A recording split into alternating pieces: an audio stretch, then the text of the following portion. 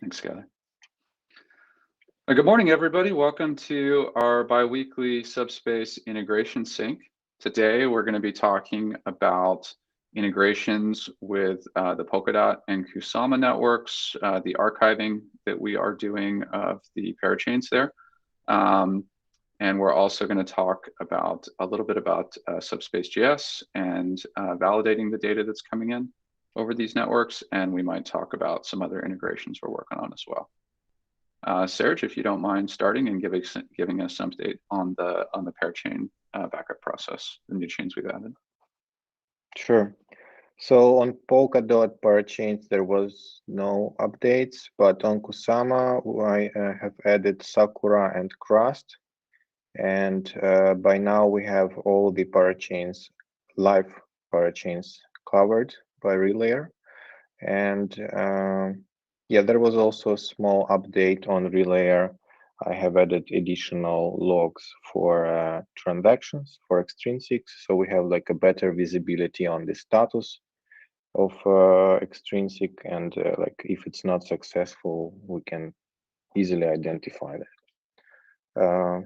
Yeah, I guess that's all on my side on Relayer. Okay. And whenever you guys give the updates, if you can continue to share your screen and just show the code on, or not the code, but the PRs on GitHub, and just like as a background, just see, what is the like what PRs were merged and high level what they were. We don't need to dig into the code or anything unless we need to by exception. But I'd like to continue to do that. Okay, 1 second, I can share my screen.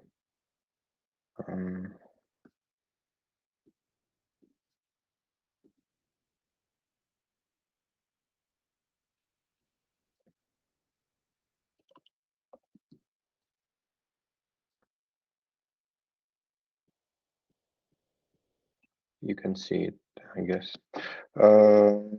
Yeah, so this one, additional logs for extrinsics, small PR, some review by Nadar, and yeah, nothing fancy.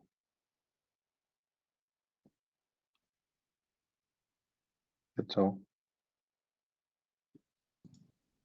Okay, so there's just one PR that we merged. Everything else was just for the relayer was.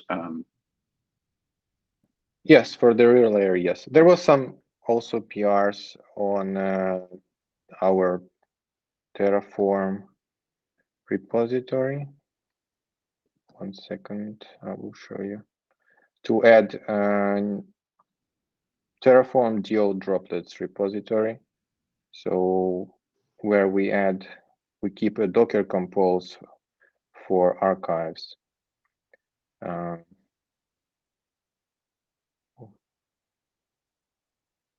Yeah, so I have added Sakura, Subsocial. Yeah,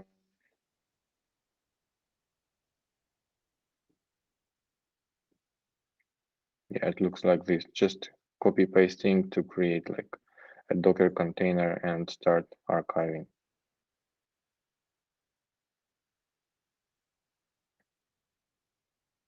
Okay, so we are 100% on all parachains on Kusama and Polkadot in terms of creating the archives and backing them up. Yes. Awesome. Yeah, once we have any new parachain, I will get a notification that there is like unknown para ID on Relayer. Yeah, I set up it earlier on Datadog. Nice. Okay. And all archives are live, working, and yeah. Wonderful. Great job, Serge. Okay. Leah, do you want to cover the front end side of parachains in the relayer? Sure, I'm going to share my screen. On. Yeah. Well, for the relayer, there is just one PR that is actually pretty tiny. I just added Cross Shadow and Sakura as Serge said. So we have all the parachains in here. This is the only change that I made. And I was having this idea about changing these available parachain files to load the data from a remote file, something like this, like a JSON from Yeast or something like that. And I was testing this in a local with some local queries, and it was working pretty well. It was displaying the data, but I'm still missing in terms of how to dynamically add the logos. So maybe this way we don't have to update the repository every time we have an update or we add a parachain, and we can just edit these JSON files and maybe load to a bucket all these assets in a similar way the backend does that don't have like a config file in the code itself. I don't know what you think. What do you think about that? It's necessary for now or not? But we Is there- still need to would- keep this. Sorry, we No, still go- need to go keep ahead, this JSON in the repository, right? Exactly. Yeah. Maybe in a hist or something. I don't know. I mean, we still have same process to update it, whether it is in a separate repository or in the relayer repository. Exactly. Yeah. We need to update something.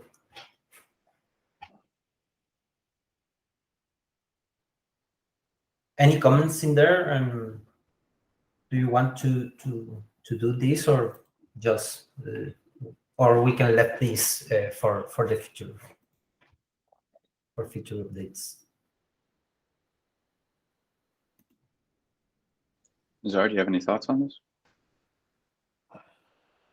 It's not If you're hard and updating it really fast. in Gist, then it will be about the same as updating code. The only difference is that we don't have to deploy it. Yeah. If you can just automate deployment, that would fix our problems.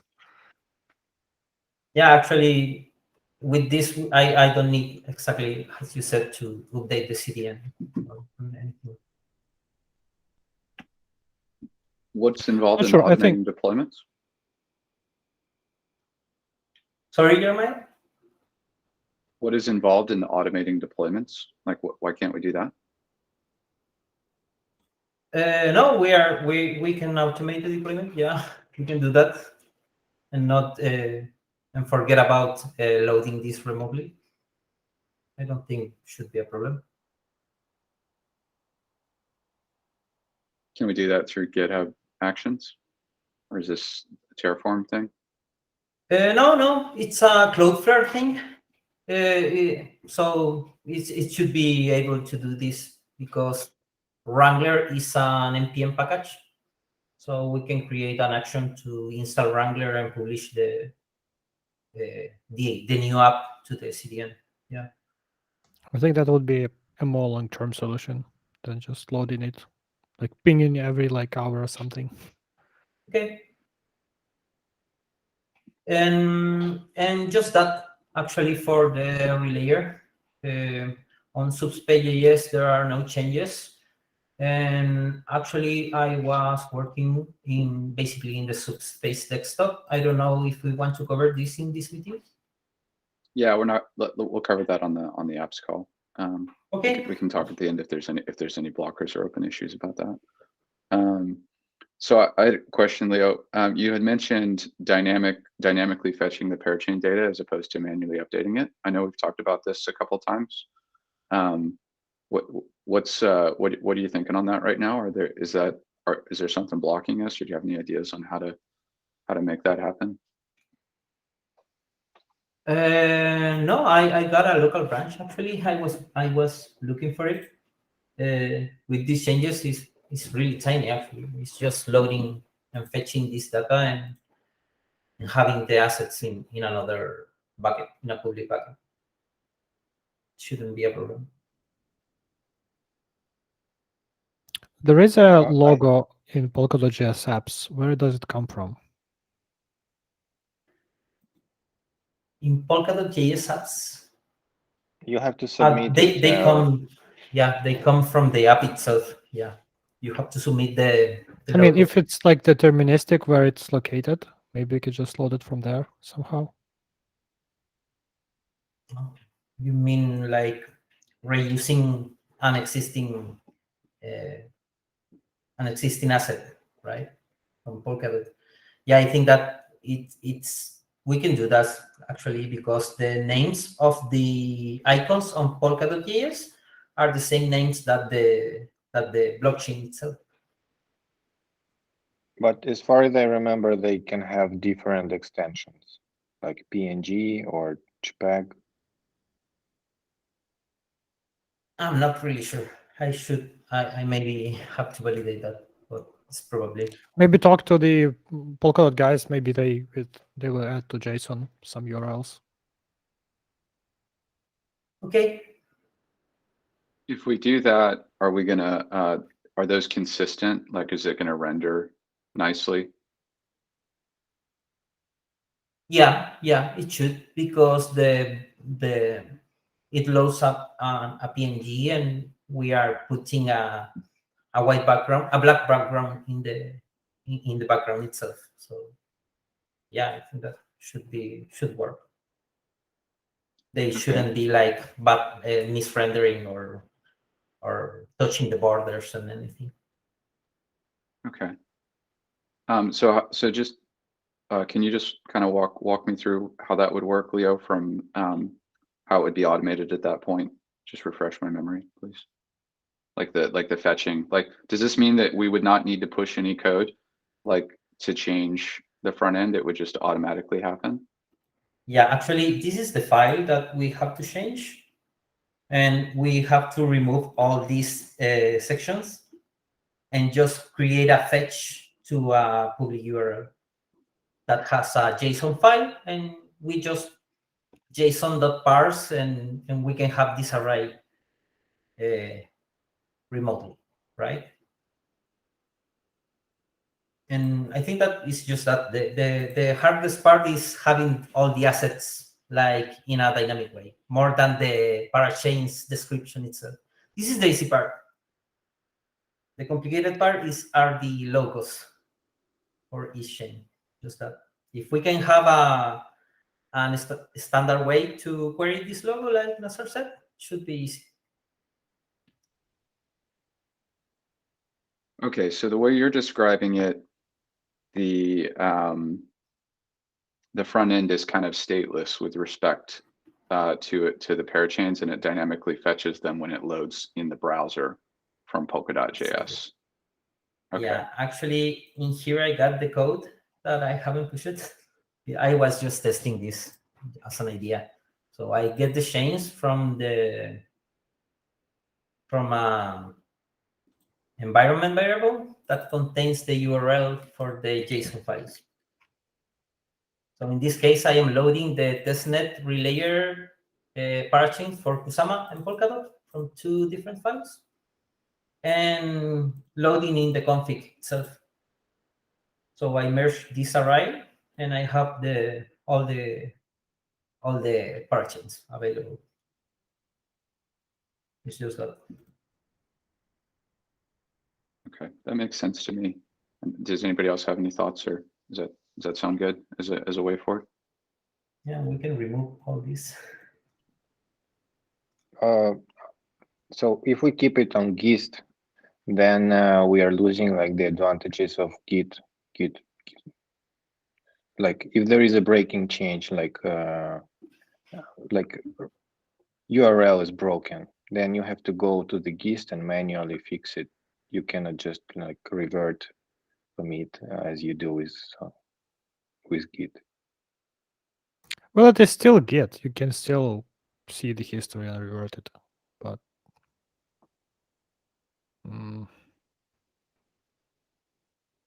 doesn't Well, look like.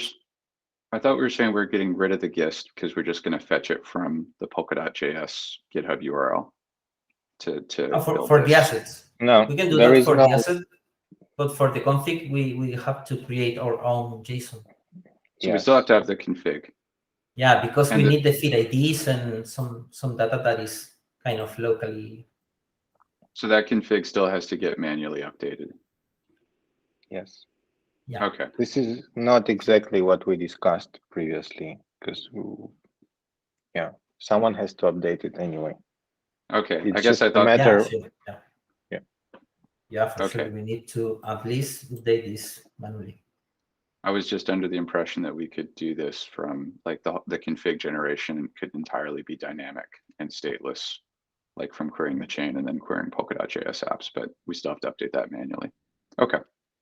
Yeah. Well, in that case, like if we have to make that update, is it that much harder just to update the assets as The well? code itself, yeah, maybe. So let's keep it just that in the current way then for now. I think we want to, well, we'd like Nazar said, we'd like to do the, we'll still have a config, but instead of being in a gist, it'd be in the GitHub repo, and then we would just automate the builds and the deployments. Yeah, and I think that those are my updates for now. I will create an issue with that maybe. Yeah, let's do that. Yeah, to keep track about it. Okay, great. Thank you, Leo. Any other questions on that? Comments? Okay, great. All right, let's switch gears again. Serge, if you can give us an update on feeds validation. Sure. So previously I had some compiler issue because I put some new crates from parity bridges into our repository, Subspace node repository. And yeah, it took some time to debug. And but yeah, eventually I made it compile. And after our conversation with Parity, there was a response from Bernardo regarding block justifications. And eventually we need to add additional RPC call to get finality proofs. And this is what I was working on. And we are adding it on relayer side. So on feed validation, we will just, the idea is that on feed validation, we will just get those finality proofs and check them. However, there was an issue with Polkadot.js. So the types of Polkadot, type definitions of Polkadot.js didn't match the Rust code of Polkadot. So I created an issue, and the maintainer of Polkadot.js, Jaco, he updated Polkadot.js like within a few hours. And after that, I managed to get it working on our side. However, those finality proofs, they are encoded. And even I tried like converting it to JSON or other data, it's still encoded. So maybe I should create another issue. And also another issue was that if we process blocks from Genesis, that RPC call will return error because first blocks were not grandpa blocks, as we know. So probably we need to hard code the block when transition to grandpa happened. So we know when can we start to ask for these finality proofs. Yeah, so this is what I'm going to work next.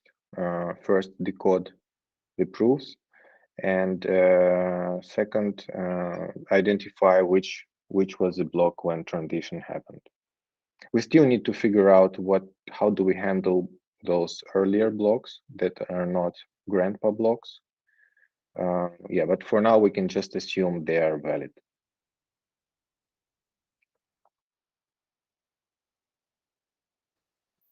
Great, that sounds like really good progress. Let me just make sure I understand what's happening here. So every time there's, let's just take Kusama as an example. Every time there's a new Kusama relay chain block, there's some grandpa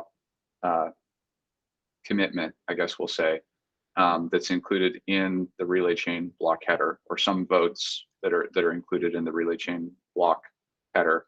However, the proof or the justification that supports those votes is not included in the block header, and you actually have to make an outside of the Gossip network. You have to make an RPC call directly to a full node of the Kusama relay chain and ask it for these justification proofs, and those proofs are like advice that have to then be attached in to do validation of that grandpa voting. Yes.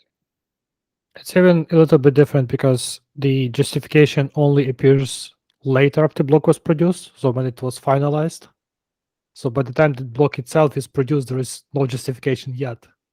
So it looks almost like the block is modified after the fact with this extra information. Right. Yeah, there's like a lag. So every block has a justification, but the justification is for like 3 blocks prior. Yeah, it's like out of band happens a bit later. Yeah. Right. Okay.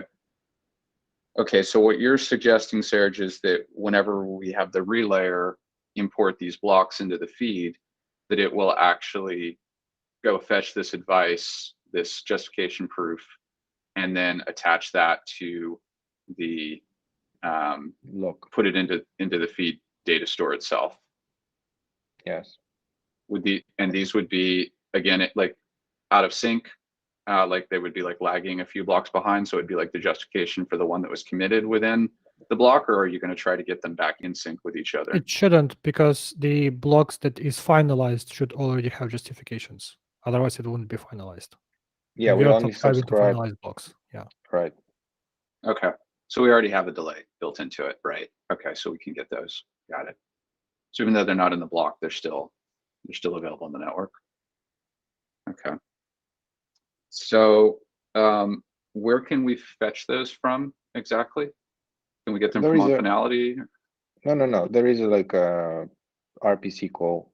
Just any public endpoint for Polkadot or Kusama endpoint. So the same node that we receive blocks, we can receive Yeah. justifications from. Okay. The only challenge, we need to recreate archives with justifications now. Right. Right. And we need to know when the justifications no, actually start. We don't need to. We can just fetch. Well, if you want, it will just slow down a bit if we fetch for every archived block.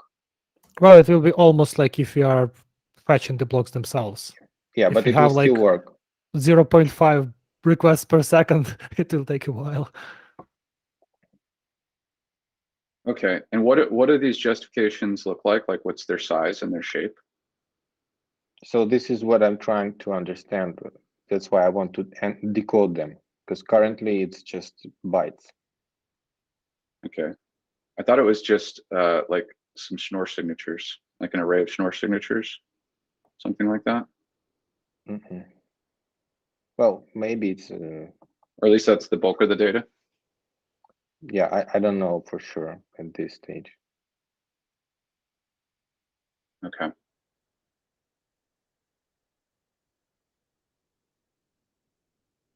And so then the runtime logic itself that we're going to have for verification, that is basically tracking the current validator set in the state. And then every time we get one of these justifications, there should be a function like is valid for the current validator set.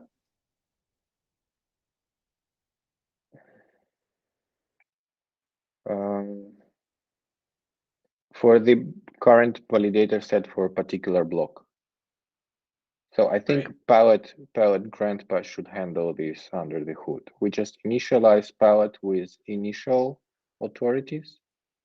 And then when we submit like a particular number of the block, it will fetch probably relevant authorities and then do all this stuff. Fetch from the state, you mean? Yes. Okay. So it should keep track of new authorities. Right. Automatically, sure. Yeah. Are those authority set changes? Is that like a consensus log item or something that you have to request separately as well, or is that part of the block? I don't know yet.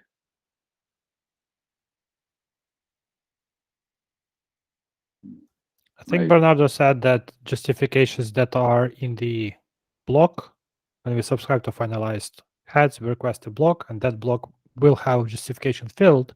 And he said that field is only populated when authority set changes. Otherwise, Yeah, you need to do this RPC call. But I never saw any justification. Right. Apparently, it's a very rare event. So, yeah. Oh, so the justification is the authority set change. I think it's authority say change among other things. So it So includes the normally authority it only set. includes like signatures, but if authority set changes, that should also be reflected, I guess. I feel like we have all the data we need, like in the block. It's just a matter of like parsing it and reconstructing it. But because if you have, I mean, all the authority, like those authority set changes, they have to get committed into the chain.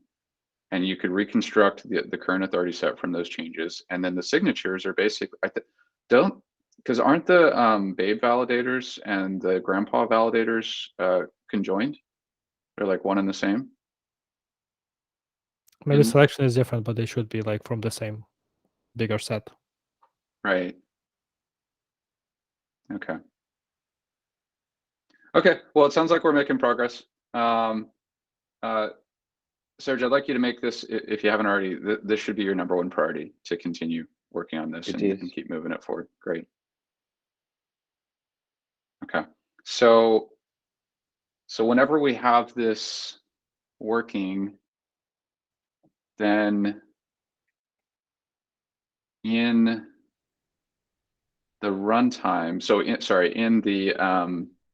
the feeds for that, because in each feed we're tracking the head of the parent chain. What do we call it? Source chain.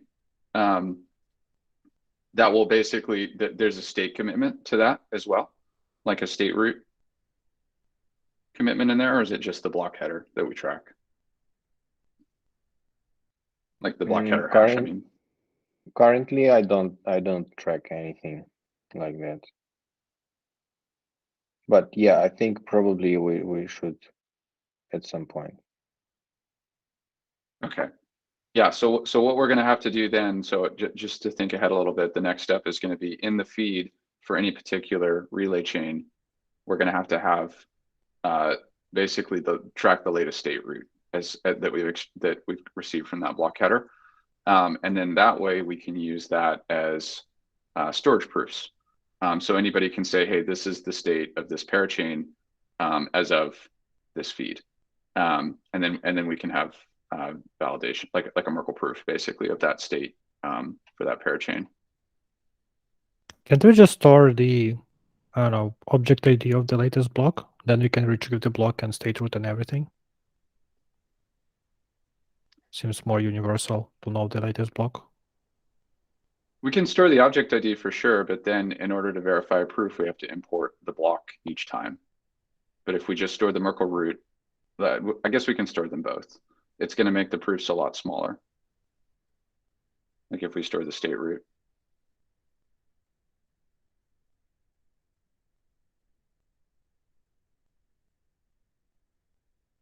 Okay.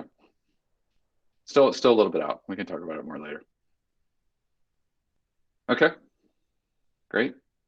Any other questions on that, Serge?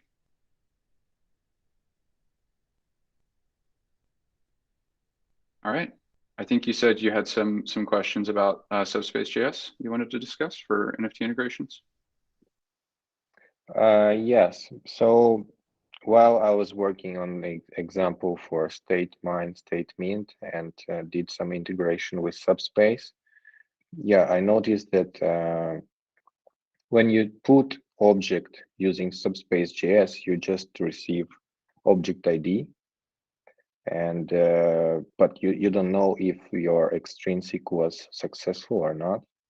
Was it like included in the block, or what's the status? So in Polkadot.js we have this like you can subscribe to extrinsic status, like extrinsic was like broadcasted, included in the block, finalized, and if there are any errors, you can see there are errors. But with Subspace.js, you don't have it at the moment, and I think that's important for like UI, so you can have a visibility on some feedback.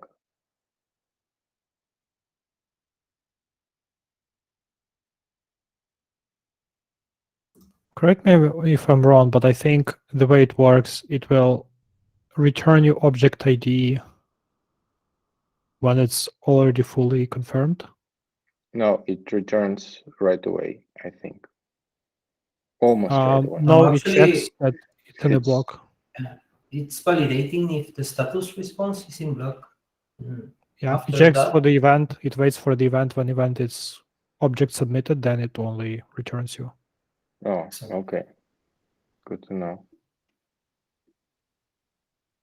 But I agree that it may take like, well, it depends on the congestion. Like if network is not congested, it will take you like 6, maybe 10 seconds if like block is not produced for some reason. But if network is congested, then you may wait unknown amount of time. But And if then your this status is important. if your extrinsic failed, like you don't Then have the money to pay call for will the be fee. rejected. Sorry? It will be rejected. I'm sending in the chat. Line 89, there will be an error. Oh, okay.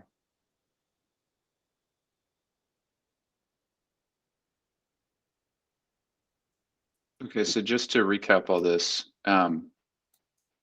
so from the front end, from Subspace.js, you have some data you want to store in the network. So that data has an object ID, that's a put call. That object ID is deterministic, right? So we can derive that locally even before we put it on the network. Okay, so we know the object ID, we create this extrinsic, we submit it to the network. So I guess the first status, is there a status of like submitted or pending that we can parse? No. So we just know that we've sent the call. Okay. And well, then there's this. on Polkadot.js level, yes. We know that it was included in transaction pool. Then it was included in the block. We know this information. On Polkadot.js level or on Subspace.js level? On Polkadot.js. Polka. On Subspace.js, we just abstract everything away. Like you just have a Okay. promise. Promise either rejects or resolves. That's it. Okay. And it resolves when the extrinsic has been included in a block that has been seen. Okay. Oh, Go ahead, Serge. sorry. Maybe we can just expose this same as Polkadot.js does. So we have like same API and you can handle statuses like you want. The idea was to make it simple. If you expose that API, it will not be simple anymore. So maybe eventually we'll have like more advanced put call that will expose all this complexity. But right now, it's this like the simplest API we could come up with. You just have an object and you just get an ID back. That's it. It was just design decision, I guess. Okay. So I think the solution there is maybe, Serge, if you can create an issue in Subspace.js, which is like a feature request that describes what you think this status state transition API should look like, and then we can think about that as we like not an issue to be worked on, Leo. Just to be clear, we're not going to start working on this, but just to document this so we can think about it when we go to the next iteration of Subspace.js. Okay. Yeah, I can do that. Okay. But then there's also, so because, just because the object has been included or the extrinsic has been included in a subspace block, that does not mean that it is retrievable over the RPC yet, right? Yeah, that is more important status actually. Yeah. And that's like undetermined amount of time right now, how long that will take. Yeah. Yeah. It's at least 100 blocks, but if blocks are small, it may take longer. Right. Okay. And so there's really no way right now in Subspace.js, you just kind of have to like wait a long time or like create a canned demo if you want to be able to retrieve it back from the network. If you don't have already, we can create an RPC subscription that will tell what blocks were archived. So if you know that it was included in block X, you can wait for block X to be archived, and then you can like have a notification. I don't think we have such RPC yet, but we can definitely do it. Okay. I've thought about this separately, but I'm wondering if there's some way that we can somehow cache the confirmed objects so that they are retrievable, even though they haven't been archived yet. Like maybe we could cache on IPFS, or maybe we could like each farmer could have like an in-memory cache of like confirmed objects that have not been archived, so it could serve them out in the meantime. Like just some way to fix this usability problem so they are basically retrievable as soon as they're included in a block. Because like with high probability, it's not going to be, it's not a Sybil attack or a DDoS attack or something. I think it could be actually done the other way around. So eventually, like this object will be submitted by some kind of application, right? So there is some developer which uses Subspace.js, puts it on Subspace in order to retrieve later. I would expect them to be able to run IPFS node and submit concurrently to Subspace and to IPFS. And assuming Subspace integrates with IPFS in the future, then they will just temporarily pin it on their server. And then like after 2 hours, they will just remove it and it will still be retrievable the same exact way, transparently from Subspace. But that will be like on the shoulders of developers to do. I don't think like we'll hit this same dilemma if we want to store it on the farmer side or on like executor side that included that in the blog. We'll have the same dilemma, and someone will do it, someone will not. It's not trackable by the protocol. I don't know. Seems janky. We probably need to offload that to developer.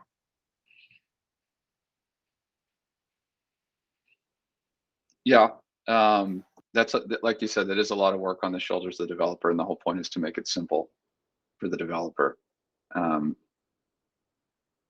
mean, if we have a cache on the farmer where, because it's already a light client of the blockchain, right? It has to be, or a medium client of the blockchain, then it can subscribe to new objects the same way that the client is right now, that some object has been included in a block, and it could cache those. And then as soon as it archives those objects, it could just remove it from the cache. So it's just storing them a little bit early. And then it could still serve them out over the RPC. In the meantime, it would just go to the cache Farmer. first. Yeah, the farmer. Farmer is a light client. It doesn't include bundles. So it doesn't include those things unless they are archived and distributed in the form of pieces. Not right now. Well, but the whole point was to make farmer nodes very light if you are sending all of the objects through them. Well, yes, but it could. Okay, so you're saying when we get to partial replica farming, how that What would I'm work. saying is that transactions with objects will likely hit executors, which will first validate them and then include in the bundle and then execute and then archive. I don't think farmers will ever see them before they are archived. You'll not send this transaction to the farmer. Right. Farmer is But like a deep backend. But just like the client can subscribe to the fact that some object put call was confirmed, the farmer could subscribe as well. And the farmer could know that this put call is part of their sector of the plot to store. And this could just even be done like through gossip on like the Kademlia, like on the KDHT. There could be like, the objects, as the executors create objects, they gossip them to the farmers that are closest to that object ID, and those farmers cache them temporarily. Just saying that I think it's not part of the protocol right now for sure, but I think it's extensible to do something like this. And it's Sounds just useful. a small. I think it just needs some more design work, I guess, to figure out. Yeah. Okay.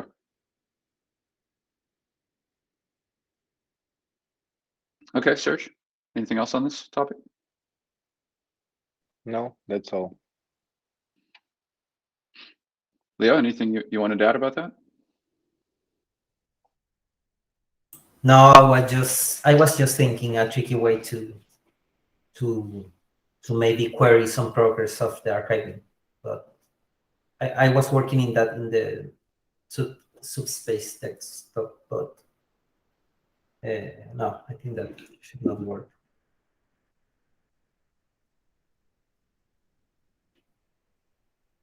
I mean, I can make some kind of query to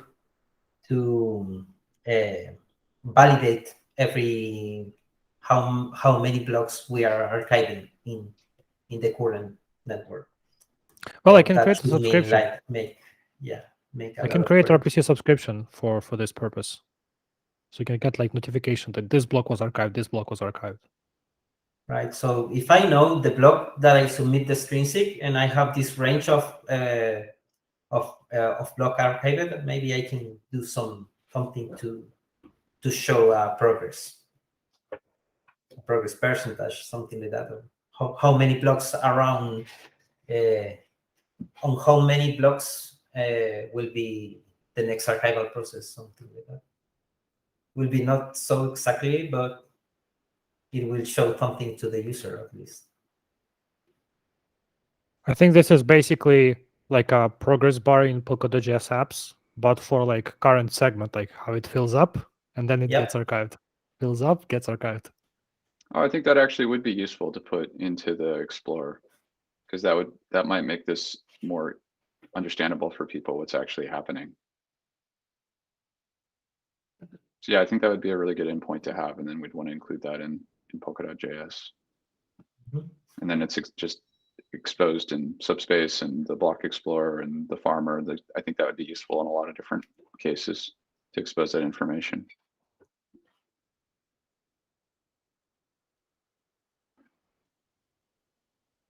Okay. Anything else, Leo? No, I will take a note. We don't sure about that. Don't forget. Okay. Serge, anything else on Relay front end or Subspace JS or anything like that? No. Okay. All right. Can you just give a, so I know we had that discussion offline about how we're changing the NFT examples folder. Could you just give a quick overview of how that works? Just kind of share your screen, show the current progress of the repository and what the architecture is there for that, or I guess the framework that we're using. Sure.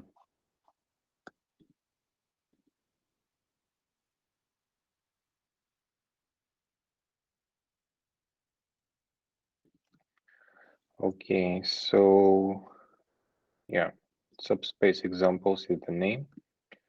And currently we have only one repository, one example in this repository, React empowered Unix. And yeah, it's a React application. And it's based on create React app template. I have included link. And yeah, obviously we're using Subspace, JS, and Polkadot API. And yeah, I have included README, but I think it would be nice if someone can walk through it with like a fresh eye and maybe do all these steps.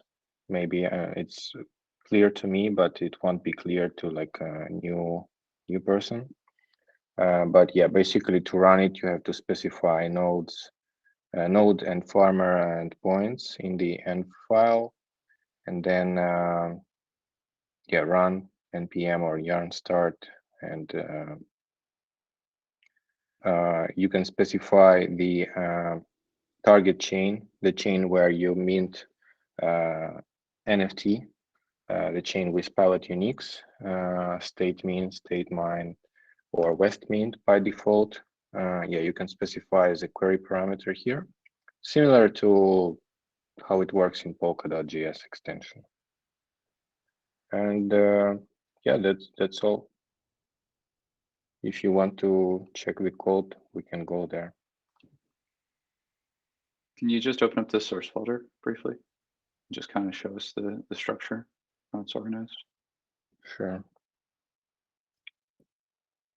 Yeah, so basically I have extracted the logic related to Subspace into Subspace context. So here I will just give you a quick overview. We create the API and we put it into the context state. So every component can use this hook, use Subspace API, and get access to the Subspace API client. And similar I do for the API context, which is API using Polka.js to connect with Westmint, StateMint, or StateMine. And we have another context, which is account. So we keep track what accounts are available in the Polka.js extension, and you can select particular account you want to use for transactions. Yeah, and everything else is just React components, different forms, information about the palette state, like what classes are included, collections of assets, what assets are in each class. Yeah, and some methods to interact with palette unique. You can create class, set metadata, etc. And this is our like JSX markup, and we have like smaller components in these folders. That's basically all.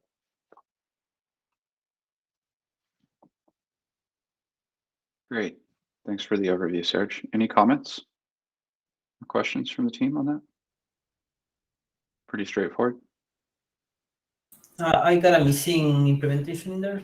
Move the NFT to this the hackathon project to this repository. It's my next priority after closing Subspace desktop. So I will be using the same project that Serge made with the same UI components and everything. So I hope to do that closing this week. This is going to be for the Ethereum integration that we did for MetaVault? Yep. Okay. So is the API like the way you constructed it, Serge, is the chain API like configurable or extensible so that we could just reuse like Ether.js instead of Polkadot.js and the structure can remain the same?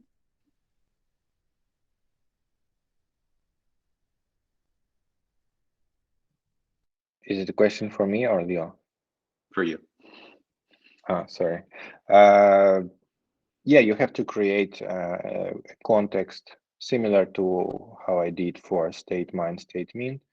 Just the context for the like Ethereum API can be Web3 or Ether.js, and yeah, there might be some adjustments. Yeah, you definitely will have to implement like methods specific to Ethereum in the app.js, because currently we have them for palette uniques.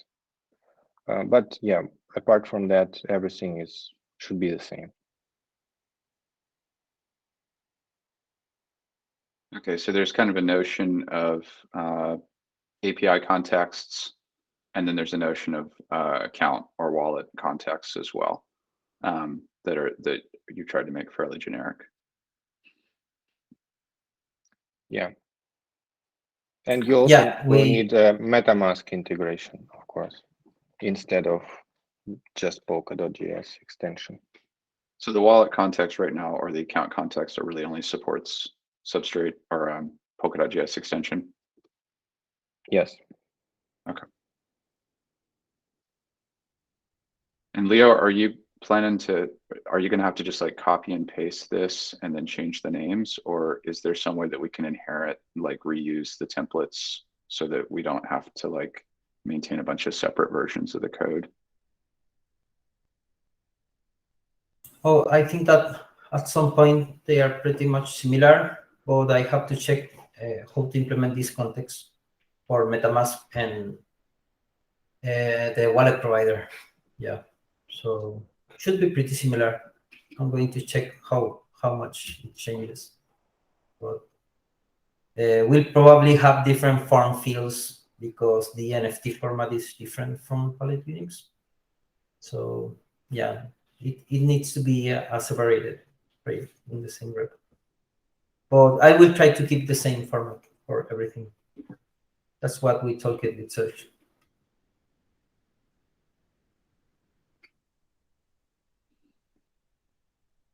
Okay.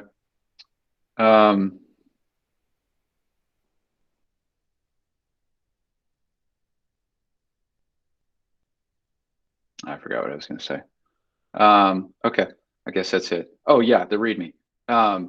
Just some feedback on the README, Serge. I think it's probably all correct from a point of view of what you need to do to spin up the to use it the way that you've described it.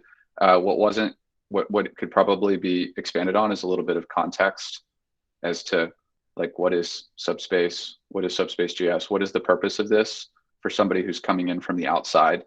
Especially there's like the one line on the main README file. So maybe just a little bit of background as to like what problem does this solve? Why would I use this? And then like that this is an example. So there's like different examples for different NFTs. Like just a little bit of context, like a couple paragraphs. I think that would be useful. Okay. I'm trying to think if there's anybody on the team. I mean, Leo, you're obviously looking at it and giving feedback, but is there anybody else on the team that like maybe if like actually, you know what? If Justin could use this, if you could provide these instructions to Justin and he was able to create an app, that would be like job well done, like well explained. That's kind of the level of like developer that we're looking for who could run this. So maybe that would be a great experiment to after you revise the README to pass it off to him and see if he can get it to work. Okay, I will contact him.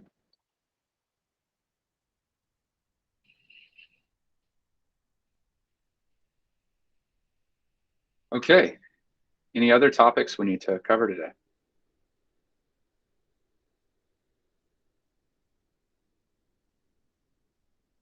Awesome.